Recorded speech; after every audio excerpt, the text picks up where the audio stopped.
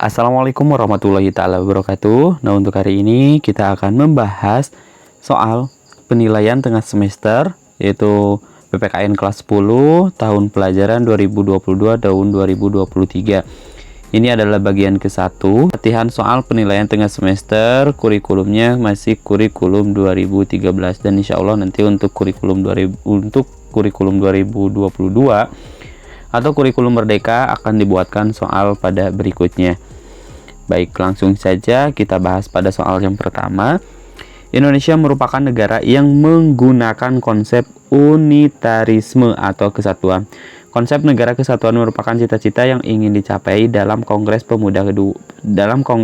Sumpah Pemuda 1928.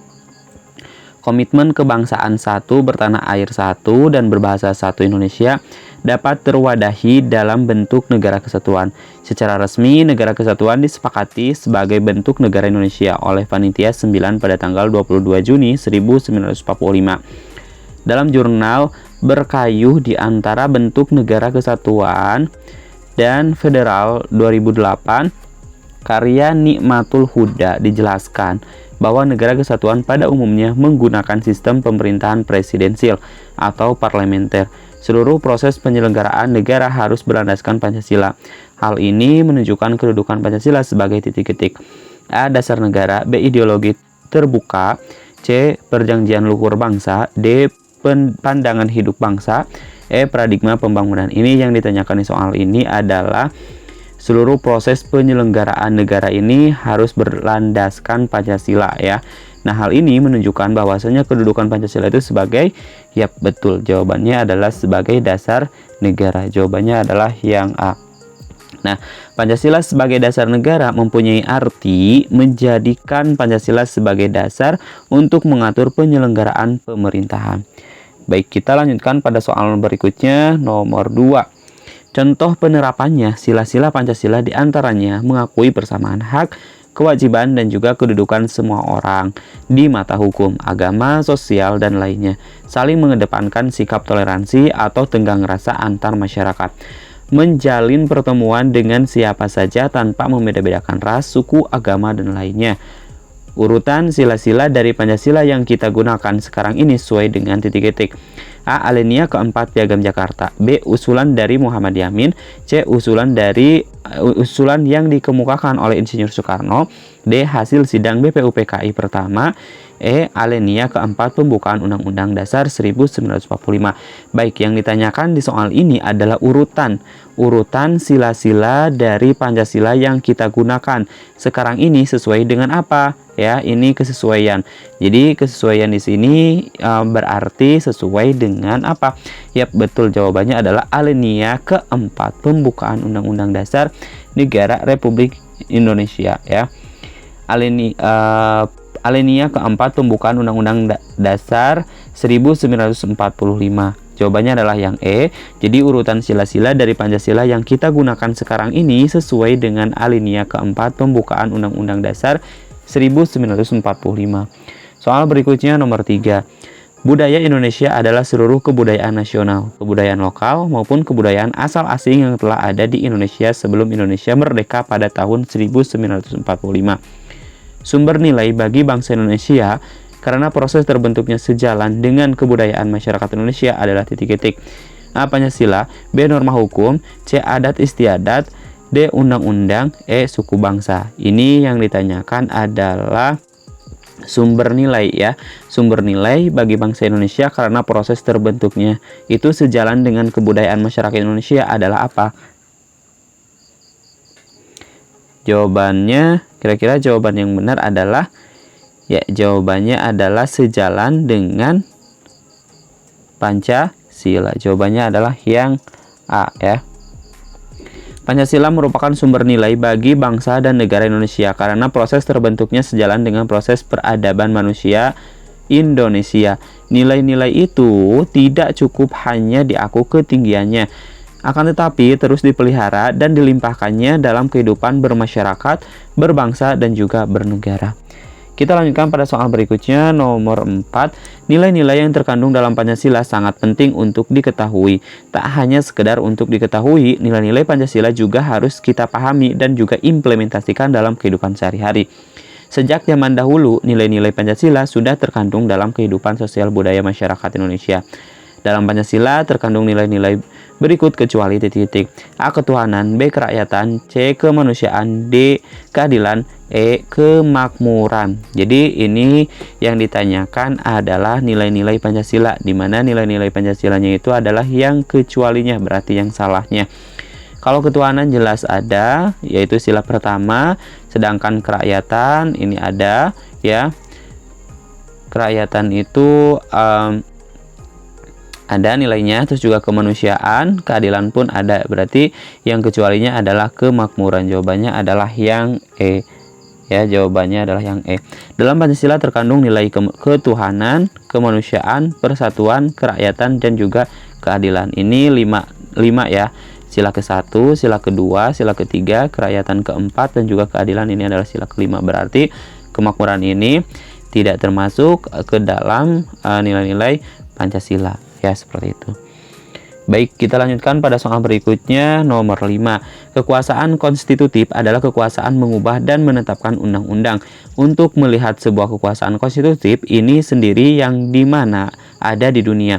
Di dunia ini sendiri hanya ada terdapat beberapa yang memberikan kekuasaan konstitutif itu sendiri, seperti negara Iran, Perancis, dan juga Indonesia. Kemudian untuk negara lainnya, sebuah peran dari lembaga konstitutif sendiri memiliki sebuah sifat yang dimana dianggap sementara. Simak lebih lanjut di kekuasaan ini dijalankan oleh, jadi pertanyaannya adalah kekuasaan legislatif, kekuasaan konstitutif ini dijalankan oleh siapa? Ditegaskan dalam apa ya? Titik-titik Undang-Undang Dasar Negara Republik Indonesia tahun 1945.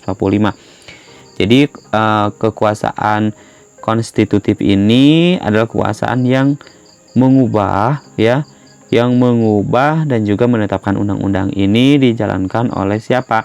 Ya, dijalankan oleh MPR. Pasal ditegaskan dalam pasal 3 ayat 1 ya, ayat 1 Undang-Undang Dasar Negara Republik Indonesia tahun 1945. Jadi jawabannya adalah yang B. Nah, pasal 3 ayat 1 Undang-Undang Dasar Negara Republik Indonesia tahun 1945 berbunyi, Majelis Permusyawaratan Rakyat berwenang mengubah dan juga menetapkan undang-undang dasar. Kita lanjutkan pada soal berikutnya, nomor 6. Sistem pembagian kekuasaan negara Republik Indonesia menganut konsep trias politika. Kekuasaan ini dijalankan oleh 3 lembaga negara, termasuk diantaranya bertugas melaksanakan undang-undang. Trias politika merupakan konsep yang digagas oleh Montesquieu. Montesquieu menawarkan alternatif mengenai sistem pembagian kekuasaan suatu negara. Dia berpendapat perlu diadakan pemisahan kekuasaan negara ke dalam 3 bentuk atau organ yang untuk menciptakan tegaknya negara demokrasi. Lembaga yang berwenang melaksanakan undang-undang adalah lembaga titik-titik. A. Eksekutif, B. DPR, C. Legislatif, D. MPR, E. Yudikatif. Ini yang ditanyakan adalah lembaga yang berwenang untuk apa? Untuk melaksanakan atau menjalankan undang-undang. Jawabannya adalah, ya betul, jawabannya adalah yang A, yaitu lembaga eksekutif. Nah, legislatif bertugas membuat undang-undang. Bidang legislatif adalah Dewan Perwakilan Rakyat. Eksekutif bertugas menerapkan atau melaksanakan undang-undang. Nah, yang selanjutnya adalah bidang eksekutif adalah presiden dan juga wakil presiden beserta menteri-menterinya yang membantunya. Sementara yudikatif ini adalah bertugas mempertahankan pelaksanaan undang-undang. Adapun unsur yudikatif terdiri dari Mahkamah Agung dan juga Mahkamah Konstitusi. Ini yang ditanyakan adalah yang melaksanakan. Kalau yang melaksanakan undang-undang jelas adalah eksekutif. Sementara legislatif ini adalah yang bertugas yang membuat undang-undang. Soal berikutnya nomor 7. Pancasila adalah dasar negara atau pandangan hidup bagi bangsa Indonesia. Hal ini berarti Pancasila dijadikan sebagai petunjuk arah untuk semua kegiatan atau aktivitas dalam kehidupan sehari-hari bangsa Indonesia. Pancasila sebagai dasar negara dijadikan pedoman semua peraturan di Indonesia, termasuk pembuatan warga negara Indonesia. termasuk perbuatan warga negara Indonesia dalam kehidupan sehari-hari. Nilai-nilai Pancasila terkandung dalam kelima sila tersebut. Pelaksanaan nilai-nilai sebagai warga negara yang baik harus melaksanakan nilai-nilai yang terkandung dalam sila-sila Pancasila. Pelaksanaan nilai-nilai yang terkandung dalam sila-sila Pancasila dapat dilaksanakan baik dalam kehidupan di rumah, lingkungan belajar, masyarakat maupun bernegara. Dengan melaksanakan nilai-nilai dalam Pancasila, maka fondasi bangunan kehidupan bernegara di negara Indonesia akan makin kukuh. Ibarat sebuah bangunan, jika fondasinya kukuh, maka bangunannya akan kukuh juga. Berikut yang bukan termasuk perilaku yang sesuai dengan nilai-nilai luhur Pancasila sebagai pandangan hidup bangsa adalah titik-titik. A. Hidup hemat dan sederhana. B. Musyawarah mufakat. C. Mengutamakan kepentingan bersama. D. Menghayati perbedaan pendapat. E. Menghasut orang lain untuk melanggar norma. Jelas jawabannya adalah yang E, karena yang E ini adalah yang tidak termasuk ke dalam nilai-nilai luhur Pancasila sebagai pandangan hidup bangsa. Jawabannya adalah yang E. Nah, nilai-nilai luhur Pancasila sebagai pandangan hidup bangsa sebagai berikut: hidup hemat dan juga sederhana, cinta tanah air, terus juga mengutamakan kepentingan bersama, dan juga menghargai perbedaan pendapat. Soal berikutnya nomor 8. Bentuk pengalaman Pancasila yang terkandung nilai moral kemanusiaan adalah titik-titik. A. Cinta tanah air dan bangsa. B. Beribadah sesuai dengan ajaran agama. C. Kedaulatan negara di tangan rakyat. D. Perwujudan cita-cita masyarakat yang adil dan makmur. E. Menghargai sesama manusia yang memiliki rasa cipta dan karsa. Ini adalah bentuk pengamalan bentuk pengamalan Pancasila yang mengandung nilai moral kemanusiaan. Nah, ini berarti berkaitan dengan hati nurani manusia atau tentang kemanusiaan. Cinta tanah air ini tidak termasuk atau kurang tepat. Terus beribadah sesuai ajaran agama. Nah, kalau ini adalah hubungan antara manusia dengan Tuhannya. Ini pun belum tepat. Terus juga kedaulatan negara di tangan rakyat. Ini belum tepat. Terus juga mewujudkan cita-cita masyarakat yang adil makmur. Ini belum tepat. Berarti jawaban yang paling tepat adalah yang E, menghargai sesama manusia yang memiliki rasa cipta dan karsa. Nah, Pancasila mengandung nilai moral kemanusiaan sebagai berikut: mengakui dan memperlakukan manusia sesuai dengan harkat dan martabatnya, yaitu sebagai makhluk Tuhan yang Maha Esa. Yang kedua, mengakui persamaan derajat, persamaan hak, dan juga kewajiban asasi setiap manusia tanpa membeda-bedakan suku, keturunan, agama, kepercayaan, jenis kelamin, kedudukan sosial, warna kulit, dan juga sebagainya. Yang ketiga, mengembangkan sikap saling mencintai sama manusia. Yang keempat, mengembangkan sikap saling tenggang rasa dan tepat salira. Yang kelima, mengembangkan sikap tidak semena-mena terhadap orang lain.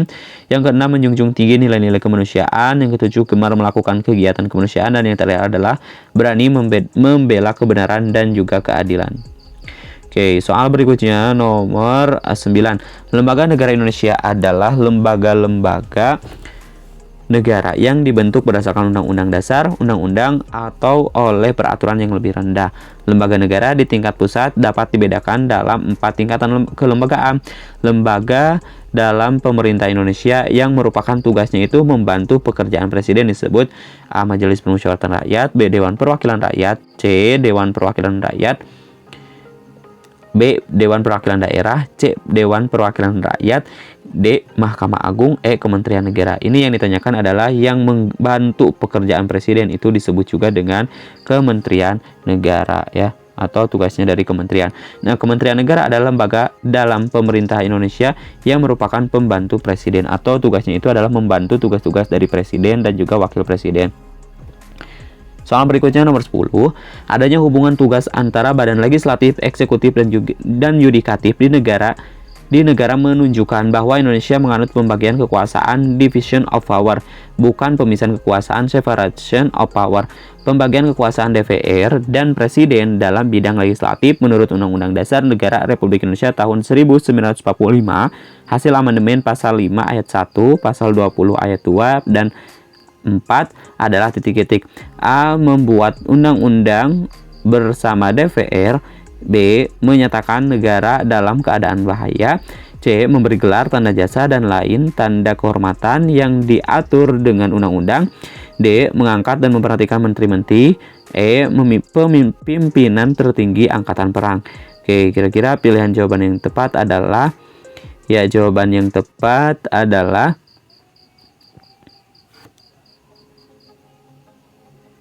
yang A, yaitu membuat undang-undang bersama DPR. Nah, contoh penerapan kerjasama antara Presiden dan DPR adalah sebagai berikut. Rancangan undang-undang dibahas oleh DPR dan Presiden untuk mendapat persetujuan bersama. Dan juga penyusunan rancangan undang-undang APBN untuk dilaksanakan pembahasan secara bersama-sama. Dan juga menerima penetapan duta negara lain dengan memperhatikan pertimbangan DPR. Baik, untuk pertemuan kita dicukupkan sampai di sini dulu, dan insya Allah nanti kita lanjutkan pada pembahasan selanjutnya. Kami akhiri. Assalamualaikum warahmatullahi wabarakatuh.